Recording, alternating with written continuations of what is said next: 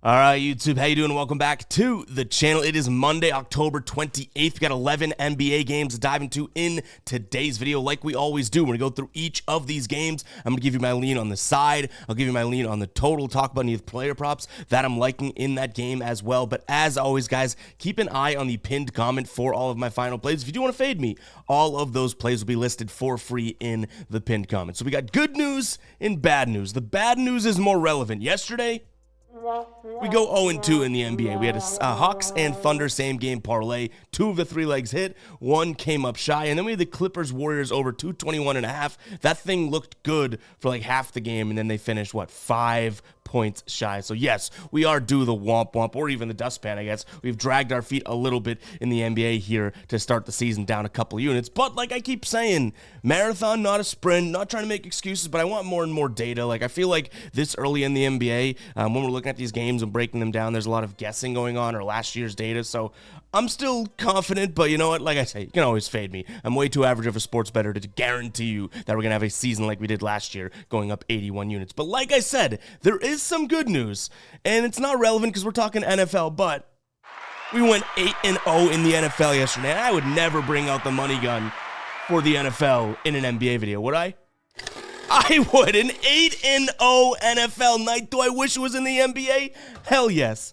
But I cannot avoid celebrating an 8-0 day yesterday. I would wait for our next NFL video, but that's going to be in a couple days. So you know what? Wanted to strike while the iron was hot. 8-0 in the NFL. You got to love it. Now, I can't deny that we've, like I said, dragged our feet in the NBA, but still wanted to celebrate a little bit. Hopefully you guys can take that. All right, guys, hit that like button, hit that subscribe button. Let's get rocking in today's NBA slate. Actually, we have one more thing to talk about, the ride of the day. Moneyman Frank was on a 3-0 streak, and he did not get a play in yesterday, so the streak comes to an end. Shout out to him for his 3 plays in a row. But, guys, drop your hashtag ride of the days in the comments. I jump on board with one person's pick that used that hashtag, and then you get a shout out in the next video, win or loss. I shout you out over on my X/Twitter as well, so make sure to follow me there. It'll pop up throughout the show right around here. So get those hashtag ride of the days in the comments. Hit that like button, hit that subscribe button. Let's rock. Game number 1 here. We have Orlando taking on Indiana. Orlando 7-point favorites here at home. Total sitting at 224.5.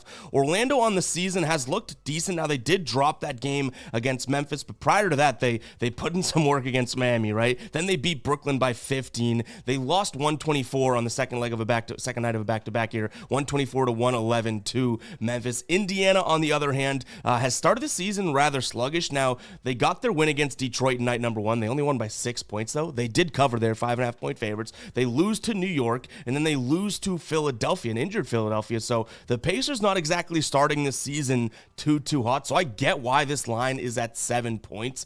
It's a little too high for my liking. I think I lean towards the Pacers overall, but they just haven't played Pacer basketball to start the year. Now, again, we're only a few games into it, but they're the 5th slowest team in the league. Their transition defense is terrible. Their transition offense is great, but like I said, the 5th slowest team. They're not playing with all that much pace. The one thing that I can see being, I guess, a decent look here for the Pacers is the fact that they should be able to score at the rim. Orlando, usually a very good defensive team, and they are a good defensive team this year to start the season. They're top 5, top 4 in terms of opponent points per game, and they're very efficient. But at the rim, they've actually allowed nearly a 70% field goal percentage. So if Indiana can get down there and score, then I think they can keep this game close. Do I think Orlando wins it?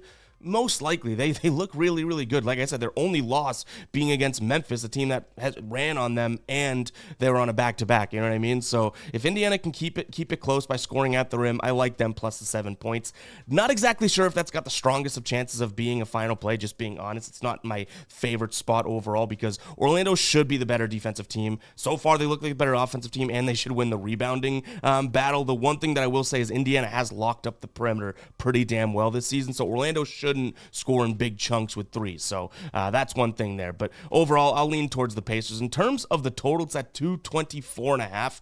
We've seen the Pacers so far play slow. I think if they want to keep this game close, they have to revert back to Pacer basketball. And Orlando's been dropping some buckets, so I could see both teams getting to 110 in this spot, and then we'll see where it goes from there. We only need a couple more points, so I'll lean towards the over in this spot as well. In terms of a player prop, nothing really jumping out to me. I still don't mind Andrew Nembhard over 4.5 assists. We liked that in, night number 1 for plus 120. We liked it in the second game for them. He only had 2 assists, and they had 8 in the next game. So we've lost a little bit of value. We were getting plus 120 for the same line. It's now like minus 150, so a little too juiced. That's where I would go, but overall, not exactly my favorite spot. All right, Celtics taking on the Bucks. Celtics look really good to start the season. They're 2-1 against the spread. They're 3-0 overall. And the Bucks, like your boy here, kind of dragging their feet. They get that game 1 win against Philadelphia, 124-109, right? They blow them out. Then they lose to Chicago, 133-112. They lose to Brooklyn, 115-102. And now they're playing the best team in the NBA through 3 games, right? So it's going to be tough to lean towards the Bucks here, but 10 points is a huge spread. And the Celtics defensively, though that's, one of the biggest reasons why they're so good last year. Obviously, they have an amazing starting 5, an amazing team, but defensively to start the year here, kind of just middle of the pack, honestly. Now, if you look at their points per game, it looks good, but defensive efficiency ratings and whatnot, 14th so far this season, so just middle of the pack, and they really have struggled in some crucial spots here for the Bucks. The Bucks have shot well from the mid-range to start the year and at the rim, right? So in the restricted area, the Celtics over a 71% field goal percentage against in the restricted area, nearly 46 from mid-range. That's not looking all that great, right? So I do think that 10 points is a lot. Maybe Giannis and the Bucks have a little bit more of like fire in there, under their ass or in their eye to try and keep it close with the Eastern Conference rival here and then the reigning champion. So I'll sound the psycho alert alarm. I'm a Celtics fan. I'm wearing the Celtics happy. You know what? 10 points is a lot. I do think the Celtics win this game just because they are so good. But overall, if Milwaukee gets running and tries to score at the paint, I think that they could have somewhat of a decent chance here to keep this game close. So I'll lean Bucks plus the 10 points. That totals at 233.5. I really haven't seen anything, defensive out of the Bucks yet. We saw, the Bulls scored 133 on them. Even the Brooklyn Nets scored 115. So the Celtics should be able to score a decent amount of points here. I'll lean towards the over overall. In fact, if we were to try and sort of morph or I guess beat around the bush and get to the Celtics some way, shape, or form, I'd go Celtics team total over instead of them minus the 10 points, because this could be a shootout type of a game that they win by less than 10, but they'll score a lot of points doing it. So I'll lean Celtics team total over as well as that full over. In terms of a player prop, kind of pains me to do so because this is the type of guy that'll show up in these types of situations and whatnot. A big game, even though it's only 3 games in. But Derek White under 9.5 rebounds plus assists. He's hitting the under on all 3 of the games so far this season, averaging 6.7 potential assists, so he'll get 3 or 4, right? And then 8.7 rebound chances, so he should get, I would say 4 or 5, meaning even at based on his rebound chances and potential assist numbers, he should land right around 9 rebounds plus assists. If he goes off in either one of those categories, then yeah, this is probably shot. And the Bucks throughout, last year did allow the 5th most rebounds to opposing shooting guards, but I still like his under 9.5 rebounds plus assists. All right, Knicks taking on the Cavs. This Knicks team's obviously a very new look team, and they've kind of had a tale of 2 different games so far. They look bad against the Celtics, they look really good against Indiana. Cleveland has looked very good to start the year. They're 3-0 straight up, 3-0 against the spread. They've won both of their away games. But, and it is a big but, the teams they've played so far, Toronto, Detroit, Washington. Now, I am a pretty big believer in this Cleveland team. I've been saying it so far during this, the NBA season so far, that when healthy, this team is scary. A starting lineup of Garland, Mitchell, Mobley, and Allen, and then you throw in, Wade, Okoro, whoever you want to put in that 5th spot. Pretty damn good. Now, in terms of injuries, we should note that it looks like Deuce McBride's on the injury report, but he's listed as probable, and Josh Hart is still a game-time decision. So 2 big role player pieces here for the Knicks are on the injury report. In terms of where I go with this one, I'll take the points as the Cavs, but this is one of those where I can just be honest and be like, I understand where you're coming from the Knicks' point of view. Like, what we've seen out of the Knicks so far, okay, yeah, like they have a bad game against Boston, but they bounced right back against Indiana, right? They are well rested here. Cleveland played 2 days ago. I think the Knicks played, 3 days ago? So they have the rest advantage. I don't know how much that matters early on in the year, but it is an angle. And the longer the Knicks play together, I think the better they get. You have Brunson and Cat. I said it earlier on in the year, like, those are 2 guys that should be able to operate on the court really well together. So, sure, I get where you're coming from the Knicks' point of view, but Cleveland right now, I don't see how they are stopped, whether it's in the paint. The closer you get to the hoop, the better teams perform against the Knicks. So just through a couple games here, and again, small sample size, but the Knicks, now this is a little bit skewed by that, obviously, the Celtics game too, but that was more on the perimeter. But the Knicks allowing an 80.9% field goal percentage from the restricted area. That shouts Jared Allen, Evan Mobley, and then obviously if Garland and Mitchell can get there too. But the two bigs, I think, could have decent games here, even though the Knicks are such a defensive-minded team and blah, blah, blah. We haven't fully seen it yet. I already talked about the Pacers and how they kind of have struggled, right? So was that a Pacers struggle in game number 2, or were the Knicks playing good defense? I'm not exactly sure. I think the jury's still out. So I'll lean towards Mobley over in his points. I think it's at 14.5 right now. I'll also lean Jared Allen over 14.5 points. So I think they both get it. That's kind of tough, but I do think that both them should have their fair share of I guess I could say, easy looks inside. Allen's gone for 14, 17, and 23 so far this season. Mobley has gone for 25, 16, and 13, so one's kind of trending this way, one's trending that way, but I think Mobley's probably going to get more and more shots. He's averaging 13 attempts so far this season, whereas Allen's just at 8, and he went 10 for 10 from the field in that game against Washington. I don't think he does that again, so I think I'd go Mobley and then Allen, and then maybe a sprinkle on a Jared Allen double-double as well for plus 125 right now. In terms of the total, I think I'm going to lean towards the over. Again, I want to make sure that this Knicks team is playing actual good defense before we just say, hey, the Knicks, Thibodeau, they're a good defensive team, right? The Cavs are good defensively, but overall, I would look at them and say, well, yeah, they're also a ridiculously good offense right now. So far through 3 games in the year, the Cavs have gone 136, 113, 135. So yeah, 222.5 seems a little bit too low. I'll lean towards the over. So in terms of how I would rank all of these, I would probably say the player props, then Cleveland spread, and then the total there if I had to rank sort of what I like in order in this game. Guys, if you've not tried out the RotoWire Picks app yet, you're missing out. This is the best way to cash on Prize Picks, Underdog, Sleeper, as well as the normal sports books out there like DraftKings and FanDuel. In fact, let's go ahead and just jump into it here, and I can kind of walk you through it. So this is it on the desktop. They also have the app for your smartphone, so go ahead and get it. You can get it in the App Store for Apple, as well as the Google Play Store as well. But really, really cool, guys. What it does is takes into account multiple different sort of projection models and recency history. So in terms of DFS pick'em sites, where do they put that line? They weigh that. Sportsbooks line. So, you know, if PrizePicks has a line of 19.5 and the sportsbooks have it at like 18.5, obviously it's going to take that into account. It uses a RotoWire projection as well as a hit rate model that emphasizes and weighs the more recent games. So if we wanted to look at this for the NBA, come over here, say we are playing on PrizePicks, right? We'll click PrizePicks, let's look at NBA, we'll look at today only, and then all of a sudden, based on all those metrics that I talked about, in fact, you look at a full breakdown, right, and look at why they're weighing this, where are the line on the DFS pick'em sites, where are the lines on the sportsbooks, where is their projection model, and then their hit rate, the percentage of game that they hit it,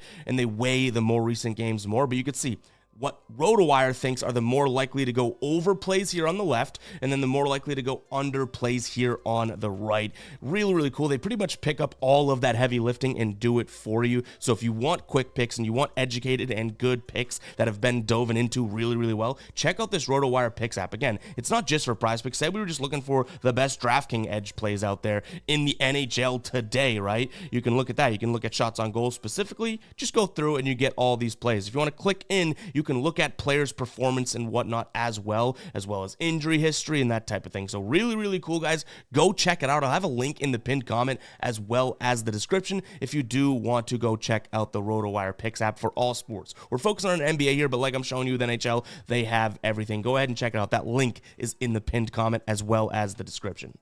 All right, Miami taking on Detroit here. Miami laying 9 points in this one. Total sitting at 219.5. I've seen some 220s out there. My spread pick in this one, I'm going to lean towards Detroit. I'll sound the psycho alert alarm again. There's no real reason as to why Miami should be 9 points. If you just say Detroit stinks, then sure. But what have we seen out of Miami so far this year that says that they should be this heavy favorites or this big of favorites? You know what I mean? Now, I get it if you're like, well, Detroit, again, they just stink. But overall, you have a young team, might come in with a little bit of fire. Going up against Detroit, going up against Miami, that is just 1-2 on 1-1 on the year, right? But the one team that they beat was Charlotte. Now, I would give a little bit of credence that I think that Orlando team might be better than people think. So yes, that's why they go and lose to Orlando, right? But overall, I'm just not all that sold on Miami. So yeah, I sound the psycho alert alarm. I get it when it's a crazy pick, but give me Detroit plus the 9 in a weird way. it actually has a chance of being a final play. This Celtics team, I think, is head and shoulders better than Miami, and the Celtics only beat the Pistons by 6 points. So maybe there's a little bit of credence to that one there as well, right? In terms of a total, I'd love to look at this and say, yeah, give me the over, but you have two slow-paced teams, two teams that haven't been too efficient on the offensive end this year, so I'll lean 219.5. I'll go towards the under, but don't love that. If anything's going to be played in this game, it's not a player prop. It's not the total. It's crazily enough Detroit +9. But again, it would take, I don't know if I have the cojones to get there necessarily because it's still betting on Detroit. Kind of crazy.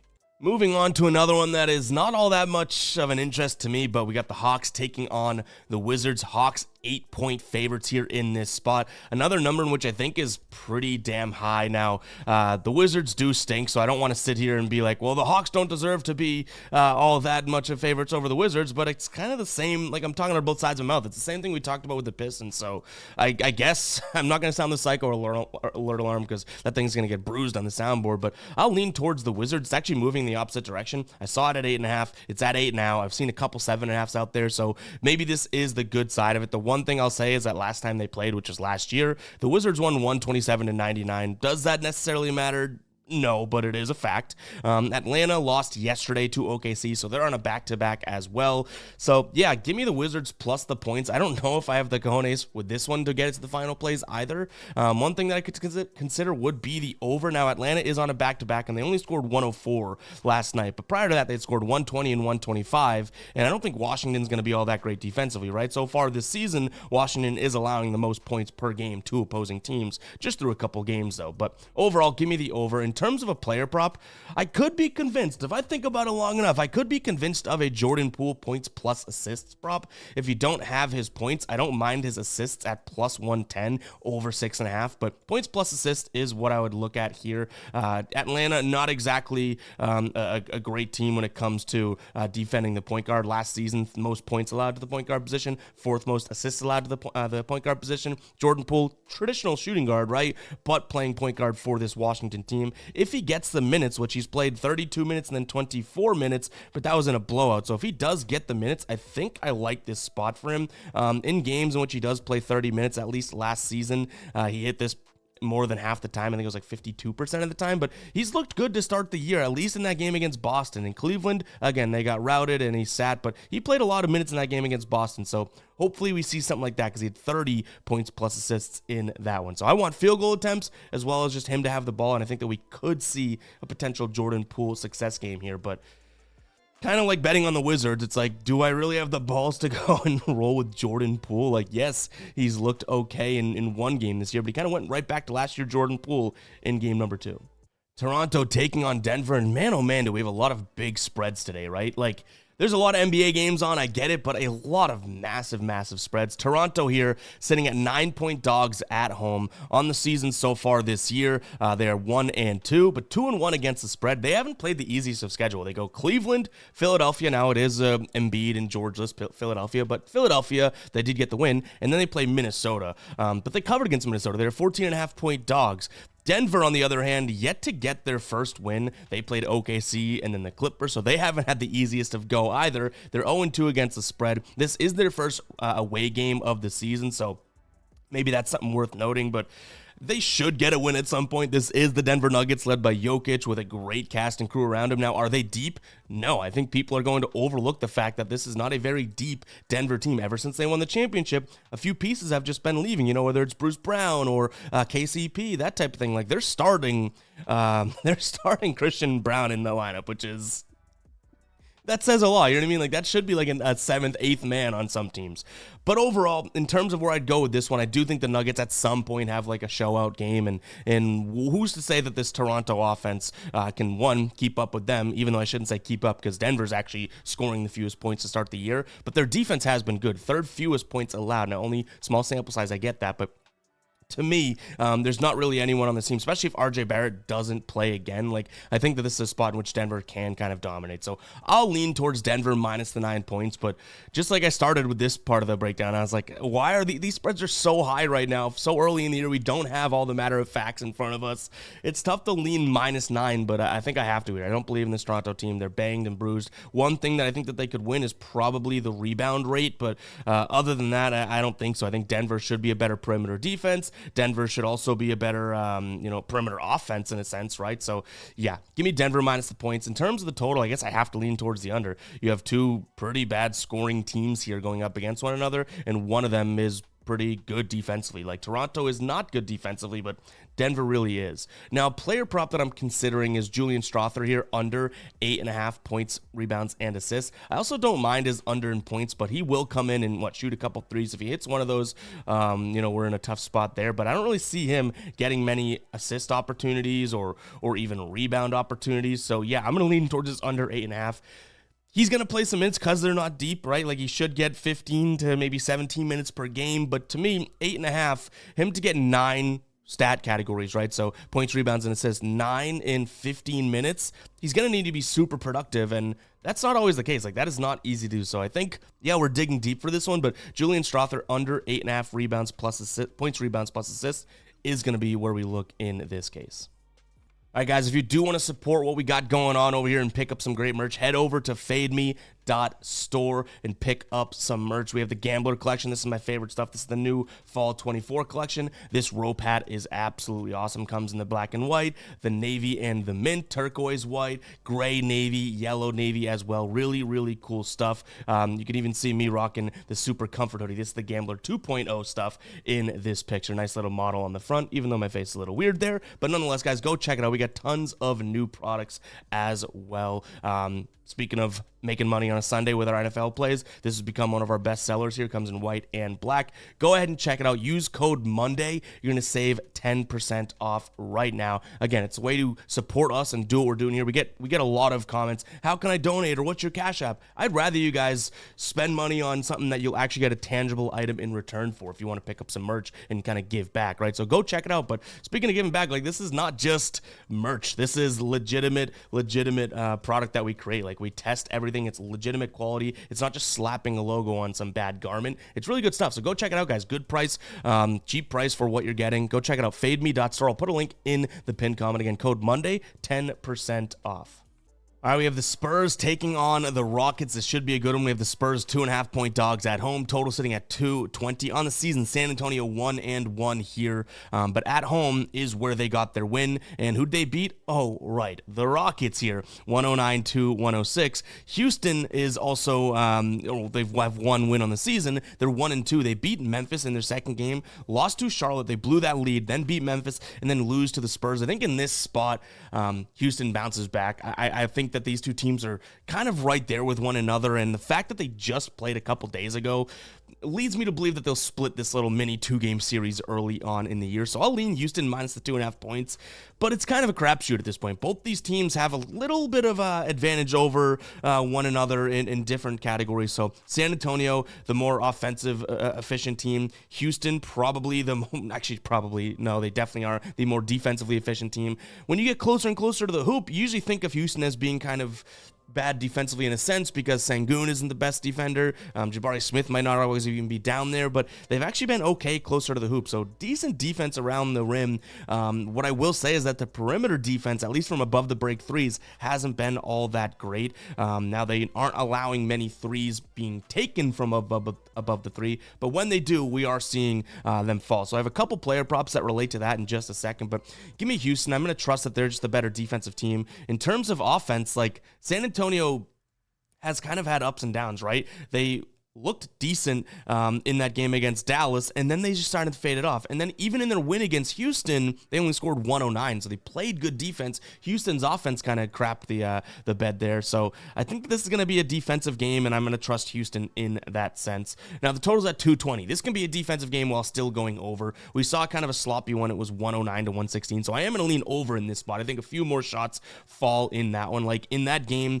you saw, what was it? It was, we got it right up in front of us. Houston Houston shot 40% from the field. San Antonio shot 49%. Like, these two teams can do that again, shoot a little bit better from three, and probably get to 220. Is it my favorite spot? No, but I am going to lean towards the over. Now, from a player prop perspective, I like Harrison Barnes over 1.5 3-pointers made, as well as Julian Champagnie here over 1.5 threes. Both these guys have cashed it so far in every game to start the year, aka for the Spurs, 2 games. Champagnie, you're getting 6 attempts per game from him. He had 8 and 4. If he shoots anywhere in the middle there, I think that he can cash 2 of these. And then Harrison Barnes, you're getting plus 105, no, plus 114 now as we refresh odds on DraftKings. He's hit 2 threes in both games so far this year. And again, we saw these two teams play. So when I say he's hitting 2 games, one of those he hit against this Houston team. So go ahead and just do that again there. Both Barnes and Champagnie. Keep an eye on the pinned comment, like I always tell you guys, for my final plays, because everything we talk about in the video, I do like. But in terms of what we roll with ourselves, if you do want to ride with me or if you want to fade me, those plays are going to be listed in the pinned comment. And speaking of the comments, guys, go ahead and comment 25 if you made it this far into the video. These NBA videos can get long, I understand that, but we put a ton of effort into editing and graphics and honestly just research in the game. So if you've made it this far in the video, I truly do appreciate it. I know a lot of people skip around and whatnot and say, hey, get to the pick, stop rambling like I'm doing right now, but we're making videos here. This is not just a robot spitting out picks. Google picks if you want to do that. We try and put some entertainment content out there and have a good time while we do it, and give you guys a longer form video versus just me tweeting picks. Do you know what I mean? So if you are still watching, I truly do appreciate it. Comment 25 because I love seeing the returning names and usernames down there that are watching all the minutes of these videos, because those are the true real ones. Those are not guppies for sure. Go ahead and comment 25 if you made it this far in the video, and I do thank you honestly. All right, next up, we're looking at Memphis taking on the Bulls here. Now, Ja Morant is listed as a game-time decision. That's obviously going to be absolutely massive for us here if we do like the Grizzlies, and I do. I think that 7 points is a little strong. I've seen some 6.5s out there, so maybe with this Ja news in limbo, it might be a good time to wait it out and just kind of see if he is playing before rolling with that. But I do have a play, so we'll jump to the player prop first in this one. I do have a play that I like even if Ja plays, but if he doesn't, then that's great. I like Desmond Bane over 19.5 points here. Has he been great to this line so far this year? No, he only hit it in 1 of the games, and his field goal attempts have gone down. 20 in night 1, 16 night 2, 10 in night 3. But this is a spot in which I think that he can kind of get the best of the Chicago defense. He leads the team in field goal attempts per game at the rim as well as mid-range, and Chicago so far through their, I guess small sample size of a year, 3 games, they've struggled both at the rim and in the mid-range. Now they played New Orleans, Milwaukee, and OKC. Those are teams that love to get to the hoop, so obviously maybe those numbers are skewed a little bit, but I'm acknowledging that. But I like Desmond Bane to kind of have a bounce back performance here, over 19.5 points. This has a good chance of being a final play. This is one of those, like, do we have a read on the NBA early on in the year? Because, like I said, a lot of, and honestly, if someone tells you otherwise, they're lying. With the finite amount of information we have so far early on in the year, there's a lot of guessing going on. So if you're watching people on YouTube and whatnot, and they're looking at stats, it's like, yes, they can all say that they love this spot, and like I do plenty, but it's still really early in the year. A lot of this is guessing and just kind of feel. So this will be a good little test to see if we do have a read on this Memphis team, the Chicago team, as well as Desmond Bane's bounce back ability here. So I like him over 19.5 points. It's probably my favorite play in this game today. In terms of what I like from a total perspective, like I said, if Ja plays, I do like the -7 on the Grizzlies side of things. I think that they could be a good team, especially with him back.